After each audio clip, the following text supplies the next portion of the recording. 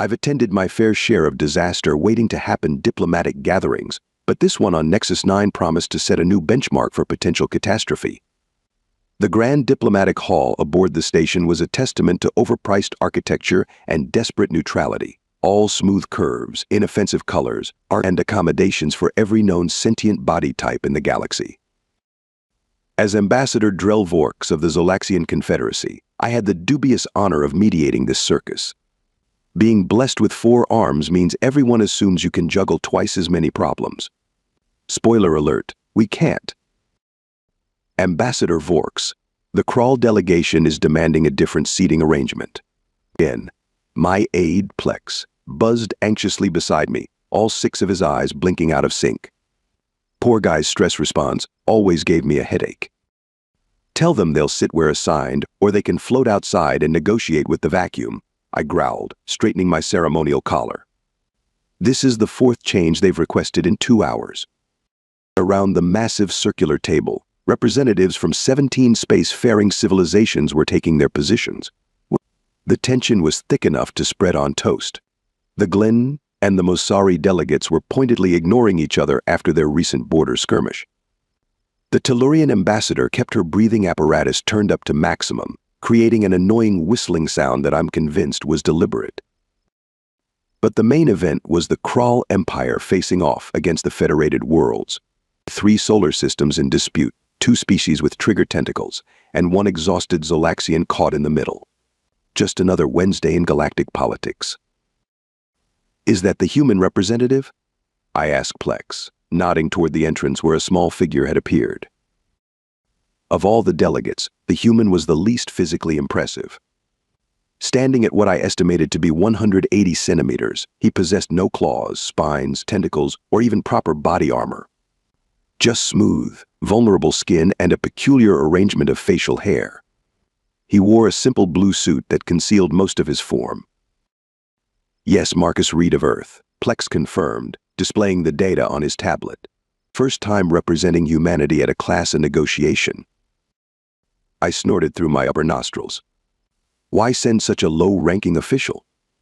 The Federated Worlds must not value this treaty if they're sending their pet primitive. The file indicates he's actually their specialist. Plex's antenna twitched nervously. Specialist? At what? Being fragile? I quipped, watching the human calmly take his seat between the hulking Draxian ambassador and the acid-secreting Voss representative. He'll be eaten alive in this crowd, possibly literally, if he offends the Kral. The human called Marcus Reed caught my gaze from across the room and had the audacity to smile and offer a small nod. I turned away dismissively. Just another irrelevant player in this grand game of interstellar politics. How spectacularly wrong I was about to be. 3 hours into negotiations, and I was already contemplating a career change. Perhaps something relaxing, like diffusing antimatter bombs or wrestling with Centaurian sand vipers. The Kral Empire categorically rejects the proposed boundaries of the Trixian sector, Ambassador Gorax thundered, his massive fist slamming onto the table hard enough to make the refreshment glasses jump. Standing at nearly 3 meters tall with armored skin that could deflect small arms fire, Gorax was the perfect representation of Kral diplomacy, loud, intimidating, and about as subtle as a supernova. The Federated Worlds delegation responded with predictable outrage. Arguments erupted across the table, translators working overtime as 17 different species tried to shout over each other in 34 languages. Order. We will maintain diplomatic protocols, I shouted, using all 4 arms to gesture for silence.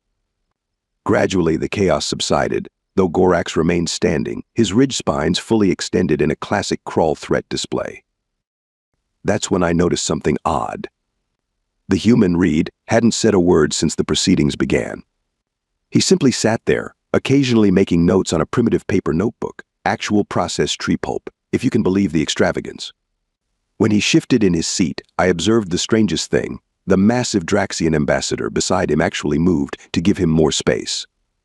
The Draxian, a species famous for never yielding ground on principle, had just deferred to a being half its size. Ambassador Vorks, came a calm voice that somehow cut through the residual noise. It was Reed, addressing me directly for the first time. Perhaps a short recess would allow tempers to cool. Before I could respond, Gorak swiveled his massive head toward the human. The Krall do not need to cool tempers, soft creature. Your federated worlds sent a weakling to represent them. Is this how little they value these negotiations? I expected Reed to shrink under the Krall's intimidating gaze. Instead, he smiled pleasantly. Ambassador Gorax, I assure you my presence here reflects exactly how seriously we take these talks. Something in his tone made several species around the table shift uncomfortably. The Voss representative actually retracted her stingers, a sign of respect I'd never seen them show to anyone. We will take a 1-hour recess, I announced, curious about this development. During the break, I couldn't help but notice how other delegates interacted with Reed. They maintained a peculiar buffer zone around him, like planets orbiting a star at a safe distance. Even more telling was that when the Medusan ambassador accidentally bumped into Reed, she immediately apologized with all 3 of her speech orifices. Medusans don't apologize to anyone. Ever. Plex, I whispered to my aide as we retreated to our private chamber. Pull everything we have on this human. Something isn't adding up.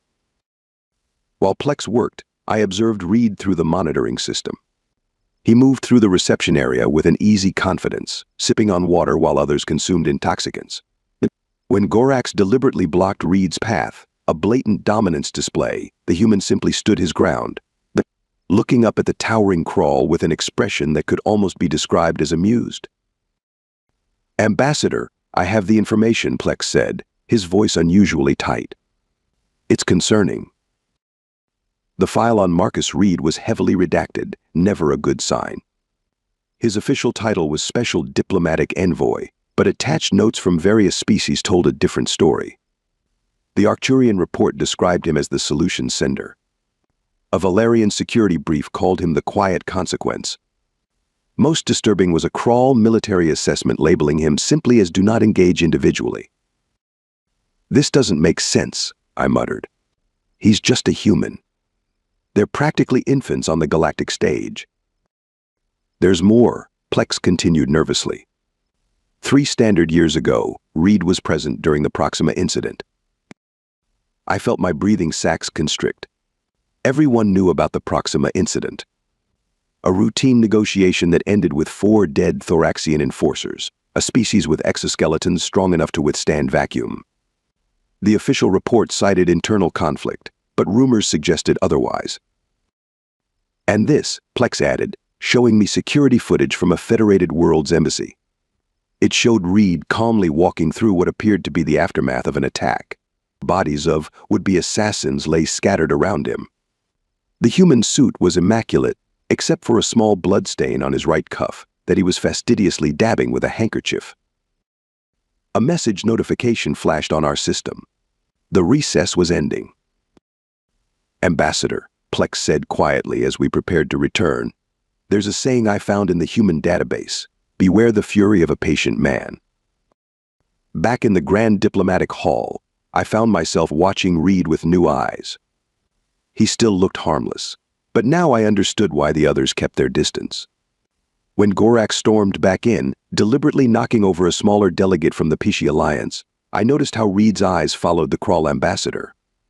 His expression hadn't changed, but something in those eyes reminded me of the void between stars, empty, cold, and very, very dark. Let us resume negotiations, I said, with considerably less confidence than before. After 6 grueling hours of negotiations, we'd made exactly 0 progress. The evening reception was meant to ease tensions, but judging by the way species were clustering into opposing factions around the Grand Atrium, we'd need more than fancy whores, Dio-Woovers, and imported Venusian champagne to prevent a diplomatic catastrophe. I was nursing my 3rd glass of fermented Zolaxian root juice when it happened. Gorax and 3 other Krall delegates cornered Reed near the crystalline water feature that dominated the center of the room. Even from across the atrium, I could see Gorax's posture, spine ridges fully extended, upper mandibles splayed in the traditional prelude to a challenge. The music faded as conversations halted mid-sentence. Within seconds, a bubble of silence spread across the reception. So the soft skin thinks he can dictate terms to the Kral Empire. Gorax's voice boomed, deliberately loud enough for everyone to hear. You humans are barely out of your gravity well. Your bones would snap between my fingers. I moved closer, ostensibly to intervene in my role as mediator, but honestly, I was curious. Reed stood there, drink in hand, looking almost comically small next to the Kral's massive frame. What surprised me was his expression. Not fear, but something closer to boredom. Ambassador Gorax, Reed replied, his voice carrying easily despite its measured tone. I've always admired the Kral talent for stating the obvious. Yes, you could break my bones. You could also breathe oxygen and metabolize proteins. Shall we list more of our biological functions, or could we perhaps return to diplomacy? A ripple of nervous laughter circulated through the room. Gorax's secondary eyes bulged in rage. You mock me, human? The Kral took a step forward, looming over Reed. Perhaps your species needs a lesson in respect. The three Kral guards flanking Gorax shifted into attack positions. Every security officer in the room tensed, hands moving to weapons. We were seconds away from an interstellar incident. Not mocking, just making an observation, Reed responded, casually sipping his drink. Though I should point out that the last person who offered to teach me a lesson is now working as a greeter at a mining colony restaurant. The job accommodates his new mobility limitations quite well. The implication hung in the air. I watched as several delegates, who had been edging closer, suddenly found reasons to back away. The Tellurian ambassador actually dropped her drink. You threaten me? Gorax was practically vibrating with rage now. The Kral Empire has conquered worlds while your species was still throwing rocks at each other. Reed smiled, not the diplomatic smile from earlier, but something different, something predatory. Correction, ambassador. We never stopped throwing rocks. He took another sip. We just got much better at it. That's when I noticed the change. It was subtle, so subtle I doubt anyone without 4 eyes dedicated to reading body language would have caught it. Reed's weight had shifted imperceptibly to the balls of his feet. His free hand, hanging casually at his side, had uncurled from a relaxed position to something more ready. Most telling of all, his eyes had become utterly focused, pupils dilating slightly. I'd seen that look before, on apex predators just before they strike. Gorax took another threatening step forward, crowding Reed against the water feature. Perhaps I should demonstrate Kral superiority here and now. Your Federation would have to send a replacement diplomat. So sad. The room was so quiet you could hear the environmental system cycling air. Security personnel looked to me, waiting for orders to intervene, but something held me back. Some instinct told me this was a moment of truth that would define the rest of the negotiations. Reed placed his drink carefully on a nearby table, the small clink of glass against surface almost shocking in the silence. Ambassador, he said, voice dropping to a near whisper that nonetheless carried in the silent room. I feel there's been a misunderstanding about my role here. Enlighten me, soft skin, Gorax sneered. Reed straightened his cuffs, a small, deliberate motion that somehow seemed loaded with meaning. I'm not here because the Federation needs protecting from the Kral. His smile disappeared completely, replaced by an expression so cold it made my exoskeleton tighten reflexively. I'm here because the Kral need protecting from the Federation. For the first time, uncertainty flickered across Gorax's features. One of his guards shifted nervously. You see, Reed continued conversationally, as if discussing the weather, my government believes in sending warning shots before taking action. I'm that warning shot. And right now, Ambassador, I'm giving you an opportunity that doesn't come with an obituary attached. The silence that followed was absolute. I realized I was holding my breath in all 4 lung sacs. Then Reed smiled again, bright and sudden as a solar flare. Now, shall we discuss those boundary concessions over another drink? I find negotiating goes much smoother when everyone keeps all their original appendages. The tension held for 3 more seconds before Gorax, with an obvious effort, pulled back his spine ridges. Perhaps we can revisit certain terms, he growled. As the crowd cautiously resumed their conversations, I caught Reed's eye across the room. He raised his refreshed drink in a small toast to me, expression once again pleasantly bland. But now I knew better. The smallest being in the room was also the most dangerous, and somehow everyone else had known it all along. After the reception, I needed answers. Diplomatic protocols be damned. I found Security Chief Lana Brightstar in her office, reviewing footage of the evening's near disaster. Half Arcturian, half something undisclosed, Brightstar had skin that shimmered with bioluminescent patterns and eyes that seemed to absorb light rather than reflect it. She'd been running security on Nexus 9 for 15 years, which meant she knew everyone's secrets. "I was wondering when you'd show up, Ambassador Vorks," she said without looking away from her screens. "Take a seat. I assume you're here about our human guest." "What exactly is Marcus Reed?" I asked, settling my forearms into a neutral position. Because he's certainly not a normal diplomat. Brightstar laughed, a musical sound at odds with her reputation for ruthless efficiency. Fine normal. But no, he's not what you'd call standard diplomatic corps. She pulled up a file on her terminal, angling it so I could see. Earth has an interesting approach to interstellar relations. Most species send their smoothest talkers, their most educated legal minds. Humans sometimes send their most effective problem solvers. "He's an assassin?"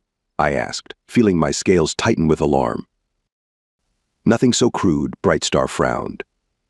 "The humans have a saying, speak softly and carry a big stick. Most species just bring the stick. Humans like Reed are both the soft speech and the stick, wrapped in one unassuming package." She pulled up historical files, Earth's bloody progression from tribal conflicts to global wars. Humans evolved on a death world, Ambassador. Not in the way the Krull claim their homeworld is harsh. Earth is actively trying to kill its inhabitants at all times. Atmospheric electrical discharges, tectonic instabilities, microorganisms that can fell a healthy human in days.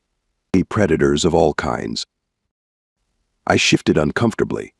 Many species evolved in challenging environments. Not like this, Brightstar shook her head. Most predator species evolved one perfect killing method. Venom, strength, speed. Humans? They're persistence predators. Not the strongest, not the fastest. But they never, ever stop. And they can turn anything into a weapon. She switched to footage I recognized, the infamous Proxima incident. Official records say 4 Thoraxian enforcers killed each other in a dispute. The truth. Reed was cornered after negotiations broke down. The Thoraxians thought their exoskeletons made them invulnerable. The footage showed Reed, surrounded, speaking calmly to the Thoraxians. Then a blur of motion.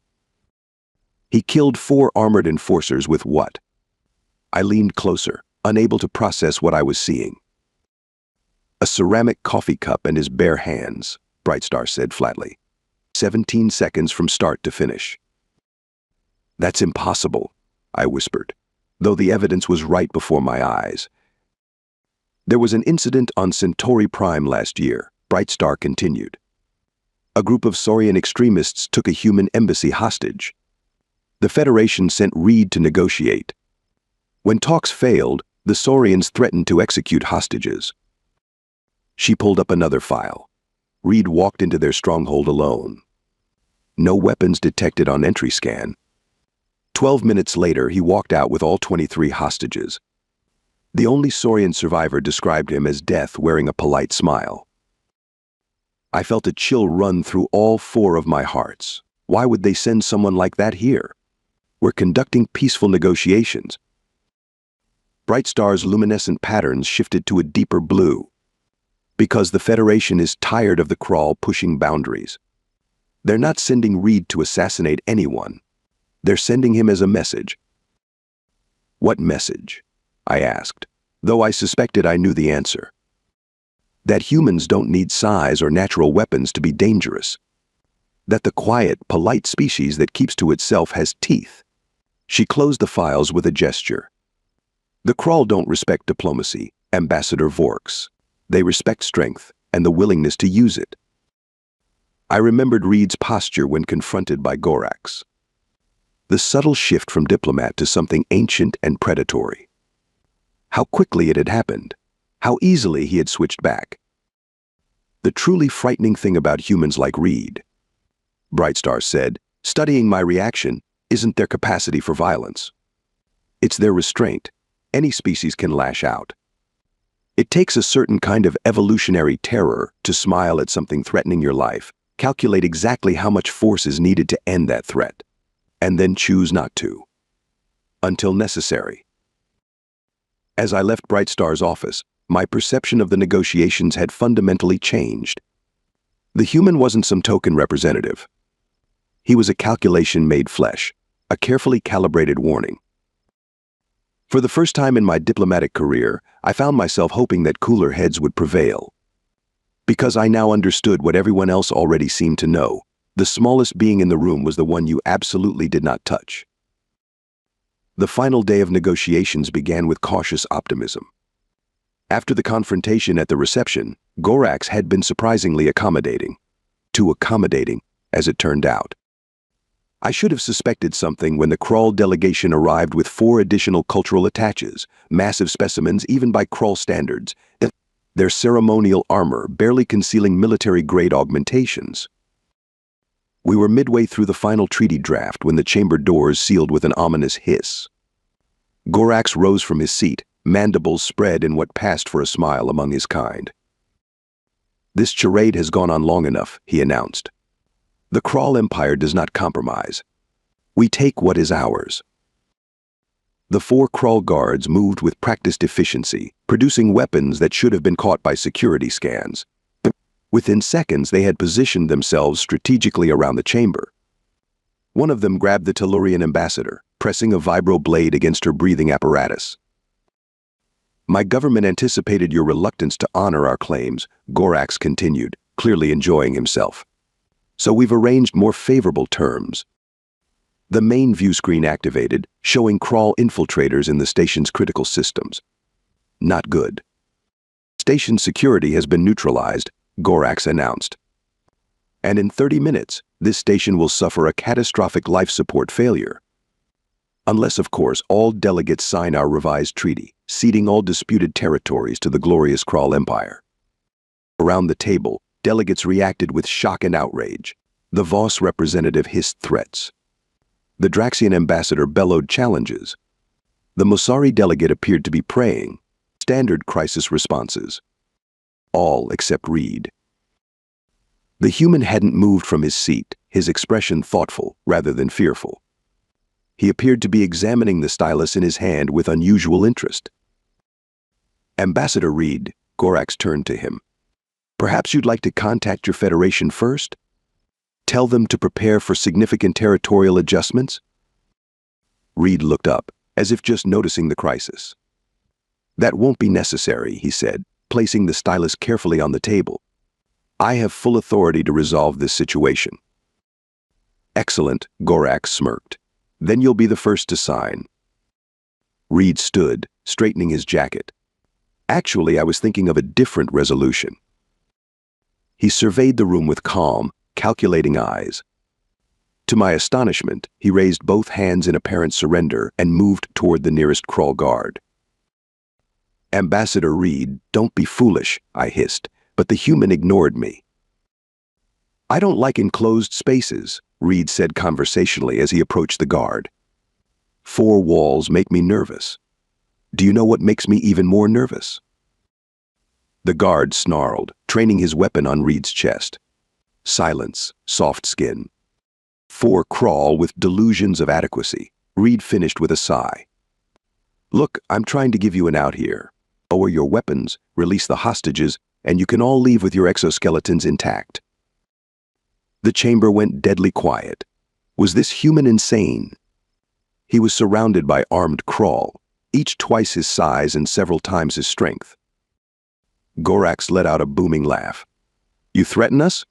Perhaps I'll keep you alive long enough to watch your Federation representatives sign over their territories." Reed shook his head, looking genuinely disappointed. "That's a no, then." What happened next occurred so quickly that my multiple eyes barely processed it. Reed's hands, still raised in surrender, suddenly held the decorative light fixture he'd detached from the ceiling. With a flick that betrayed inhuman strength, he sent it spinning toward the main guard's face. As the crawl instinctively raised his weapon to block, Reed was already moving. He slid across the polished table, grabbing my ceremonial water vessel as he passed. The heavy metallic container became a projectile that caught the second guard in the throat with precision that couldn't be accidental.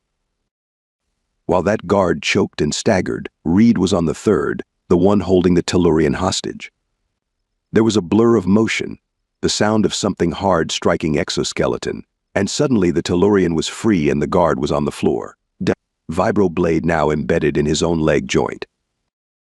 "You know what your problem is?" Reed asked, dodging a wild swing from the fourth guard with insulting ease. "Or training." He caught the guard's arm mid-strike, using the crawl's own momentum to slam him face first into the wall.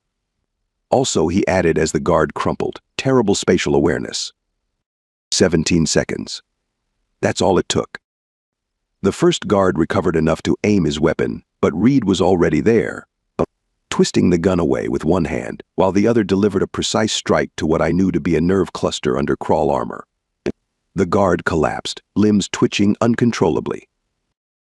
"For the record," Reed said, now holding the weapon casually, "that's called a brachial stun. Your species has 6 vulnerable nerve clusters that cause temporary paralysis when struck correctly. We mapped them all after our first contact." The second guard had recovered his breath and charged with a roar. Reed sidestepped with dancer-like grace, extending his foot.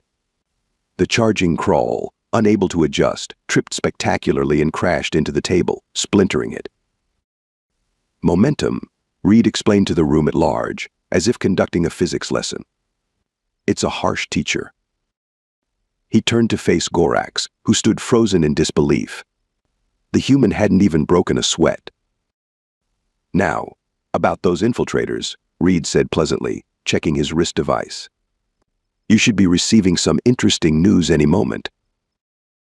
On cue, the view screen flickered, showing the crawl infiltrators now in restraints, surrounded by station security. "Did you really think the Federation wouldn't have its own people on this station?" Reed asked, sounding almost sympathetic. "Chief Brightstar sends her regards, by the way. She's quite cross about the security breach." Gorax, realizing his plan had completely unraveled, roared and drew a concealed weapon. Before anyone could react, he fired at Reed. What should have been a killing shot instead met empty air. The human had moved aside with impossible speed. Now he stood beside Gorax, the stylus he'd been examining earlier pressed against the crawl's neck. "This is a standard Earth writing implement," Reed said, his voice dropping to a dangerous whisper. "In my hand, it can pierce your carotid artery through your armor. You'd bleed out in approximately 40 seconds. For perhaps the first time in recorded history, a crawl ambassador trembled. "But then I'd have to fill out incident reports for weeks," Reed continued, withdrawing the stylus and pocketing it. "And frankly, your replacement would probably be just as tedious to deal with. So instead, you're going to order your surviving guards to stand down, and we're going to return to the original treaty terms, with a few adjustments in the Federation's favor, to compensate for this unfortunate misunderstanding." Gorax, defeated, gave the stand-down order. As station security flooded in to take control, Reed returned to his seat, straightening his slightly rumpled jacket. "Sorry about the table, Ambassador Vorks," he said to me with that same bland smile. "Federation will cover the damages, of course." I stared at him, seeing for the first time what he truly was, not a diplomat who could fight, but a weapon who could negotiate. "Shall we resume?" Reed asked, retrieving his stylus and notebook from the wreckage with perfect composure. "I believe we were discussing border concessions." The treaty signing ceremony proceeded with uncharacteristic efficiency 2 days later. Amazing how cooperative everyone becomes after watching 4 elite crawl warriors dismantled by a single human armed with office supplies. The crawl delegation, now led by a subdued assistant ambassador Trax after Gorax's sudden reassignment, accepted terms that were remarkably reasonable considering their attempted coup. The disputed territories would remain neutral for 20 standard years, with joint development rights and shared resource allocation. Most notably, the treaty included a new clause: Human Federation observers would serve as guarantors at all major outposts. No one objected. Funny how that works. As delegates filed out after the signing, I found myself standing alone on the observation deck, watching ships depart from the station. The stars beyond the viewport seemed colder somehow, the universe a more dangerous place than I'd understood before. Credit for your thoughts, Ambassador Vorks. I didn't need to turn to recognize Reed's voice. He joined me at the viewport, gazing out at the same stars. I was just contemplating a significant revision to the Zolaxian Threat Assessment database, I replied honestly, particularly regarding deceptive appearances. Reed chuckled, the sound surprisingly warm and genuine, a wise adjustment. Though I hope you'll note that humans prefer cooperation to conflict. We're really quite reasonable. Says the man who took down 4 armed crawl with a stylus and a water jug. 5, actually, he corrected with a wink. The one in the corridor tried to ambush me on the way in. That's why I was 2 minutes late to the session. I stared at him, trying to reconcile this friendly, almost jovial individual with the calculated violence I'd witnessed. You're a paradox, Reed. Your species appears so fragile. No natural armor, no claws, middling strength at best. Yet we somehow stumbled our way to the galactic stage? He smiled. Evolution is funny that way. On Earth, we weren't the biggest or the strongest. We didn't have the best senses or natural weapons. What we had was adaptability, endurance, and these. He wiggled his fingers, those strangely dexterous appendages that had moved with such deadly precision. Plus pattern recognition and problem-solving that let us turn anything into an advantage, he continued. When everything on your planet is trying to kill you, you either get very good at survival or you go extinct. I found myself laughing, despite everything. And the Federation sent you, their most dangerous predator, as a diplomat. The irony is exquisite. Who better to value peace than someone who truly understands war? Reed's expression turned briefly serious. We don't want conflict, Ambassador. We just want everyone to know that if pushed, we push back. Hard. As we stood there, I realized something that perhaps I should have seen from the beginning. Humans weren't just dangerous because of their hidden physical capabilities. They were dangerous because they understood the power of perception, of being underestimated, of showing strength through restraint rather than display. Well, Ambassador Reed, I believe your mission here has been thoroughly successful, I said, extending 2 of my 4 hands in the traditional Zolaxian gesture of respect. The Zolaxian Confederacy would welcome closer diplomatic ties with humanity. Reed shook both my hands firmly. I'd like that very much, Ambassador Vorks. Perhaps you could visit Earth someday. We have a drink I think you'd enjoy. It's called tequila. I've heard rumors about human intoxicants, I said with mock horror. They say 1 glass of your alcohol would dissolve a Voss's digestive tract. Only the cheap stuff, Reed laughed, then checked his communication device. Ah, my transport is ready. Federation wants a full report. As he turned to leave, I couldn't resist one last question. Reed, what would you have done if Gorax hadn't backed down? Would you really have killed him with a writing implement? Reed paused, and for a brief moment, that mask of affable diplomacy slipped. The predator beneath looked out at me with calm, calculating eyes. Ambassador Vorks, he said with a smile that didn't quite reach those eyes, I never make threats, only promises. Then he was gone, leaving me with the unsettling realization that the galaxy had fundamentally changed. The universe now contained humans, smiling, polite, seemingly fragile creatures who could become living weapons between one heartbeat and the next.